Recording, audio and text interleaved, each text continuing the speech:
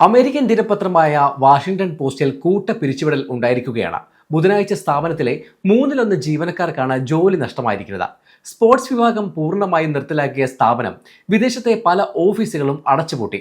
Washington പോസ്റ്റിന്റെ ചരിത്രത്തിലെ തന്നെ ഏറ്റവും വലിയ പിരിച്ചുവിടലുകളിൽ ഒന്നാണിതെന്നാണ് റിപ്പോർട്ട്. പിരിച്ചുവിട്ടവരിൽ കോൺഗ്രസ് എം പി ശശി തരൂരിന്റെ മകനും മുതിർന്ന വിദേശകാര്യ കോളമിസ്റ്റുമായ ഇഷാൻ തരൂരും ഉൾപ്പെടുന്നുണ്ട്. കമ്പനി വലിയ രീതിയിൽ പുനഃസംഘടിപ്പിക്കുന്നതിന്റെ ഭാഗമായാണ് കൂട്ട പിരിച്ചുവിടൽ നടപടിയെന്നാണ് വാഷിംഗ്ടൺ പോസ്റ്റിന്റെ വിശദീകരണം. 300-ലധികം ജീവനക്കാർക്ക് ജോലി നഷ്ടമായെന്നാണ് റിപ്പോർട്ട്. ഇതിൽ മിഡിൽ ഈസ്റ്റ് ലേഖകരും എഡിറ്റർമാരും ഉൾപ്പെടുന്നു. സ്പോർട്സ് വിഭാഗം പൂർണ്ണമായും ഒഴിവാക്കിയതിനും വിദേശത്തെ ഓഫീസുകളുടെ പ്രവർത്തനം കുറച്ചതിനും പുറമെ പുസ്തകങ്ങളെക്കുറിച്ചുള്ള വാർത്തകളും നിർത്തിയിട്ടുണ്ട്. കൂട്ടപ്പിരിച്ചുവിടൽ പത്രത്തിന്റെ ലോകമെമ്പാടുമുള്ള റിപ്പോർട്ടിംഗ് ശേഷിയെ സാരമായി ബാധിച്ചിരിക്കുകയാണ്.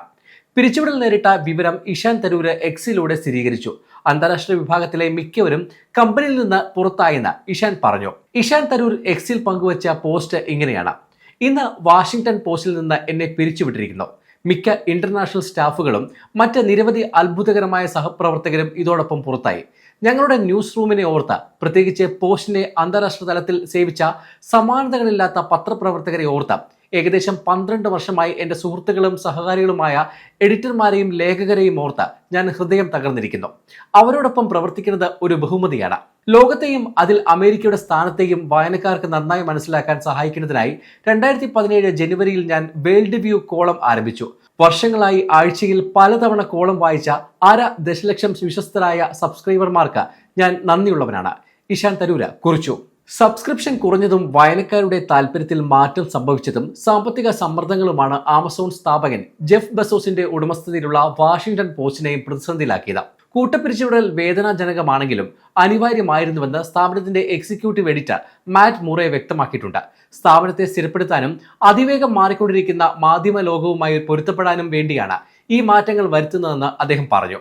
നമുക്ക് എല്ലാവർക്കും എല്ലാമാകാൻ കഴിയില്ല എന്ന് ജീവനക്കാർക്ക് നൽകിയ സന്ദേശത്തിൽ മുറെ പറഞ്ഞു. കമ്പനിയുടെ ഘടന അച്ചടി പ്രസിദ്ധീകരണമായിരുന്ന പഴയ കാലഘട്ടത്തിൽ വേരൂന്നിയതാണെന്നും ഇനി രാഷ്ട്രീയം, ദേശീയ കാര്യങ്ങൾ, അന്വേഷണങ്ങൾ, ദേശസുരക്ഷ തുടങ്ങിയ മേഖലകളിൽ ശ്രദ്ധ കേന്ദ്രീകരിക്കുമെന്നും അദ്ദേഹം പറഞ്ഞു.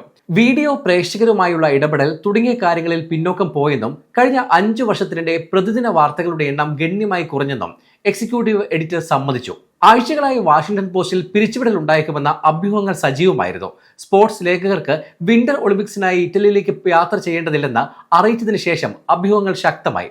അതേസമയം അമേരിക്കൻ പത്രപ്രവർത്തനത്തിലെ ഏറ്റവും സ്വാധീനമുള്ള വിഭാഗങ്ങളിലൊന്നായി കണക്കാക്കപ്പെട്ടിരുന്ന വാഷിംഗ്ടൺ പോസ്റ്റിന്റെ സ്പോർട്സ് വിഭാഗം ഇല്ലാതാക്കിയത് പ്രധാന മാറ്റങ്ങളിലൊന്നാണ്. ഈ വിഭാഗത്തിൽ John Feinstein, Michael Wilbon, Shirley Povich, Sally Jennings, Tony Kornheiser തുടങ്ങിയ പ്രശസ്തരായ എഴുത്തുകാർ പ്രവർത്തിച്ചിരുന്നു. ഞായറാഴ്ചകളിൽ പ്രസിദ്ധീകരിച്ചിരുന്ന പുസ്തക നിരൂപണങ്ങൾക്കും എഴുത്തുകാരുമായുള്ള അഭിമുഖങ്ങൾക്കും പേരുകേട്ട പോസ്റ്റ് ബുക്ക് വേൾഡ് എന്ന വിഭാഗമാണ് നിർത്തലാക്കിയത്. വിദേശകാര്യ വിഭാഗത്തിനും വലിയ തിരിച്ചടിയേറ്റു. കെയ്റോയിലെ ബ്യൂറോ ചീഫ് ക്ലെയർ പാർക്കർ താനും മറ്റ് മിഡിൽ ഈസ്റ്റ് ലേഖകരും എഡിറ്റർമാരും പിരിച്ചുവിടപ്പെട്ടതായി സോഷ്യൽ മീഡിയയിൽ കുറിച്ചു. യുദ്ധമുഖത്തുള്ള ഒരു ലേഖികയ്ക്കും ജോലി നഷ്ടപ്പെട്ടിട്ടുണ്ട്. കൂട്ടപ്പിരിച്ചുവിടൽ നടപടികളെ മുൻ എക്സിക്യൂട്ടീവ് എഡിറ്റർ മാർട്ടിൻ ബാരൻ ശക്തമായി വിമർശിച്ച് രംഗത്ത് എത്തിയിട്ടുണ്ട്.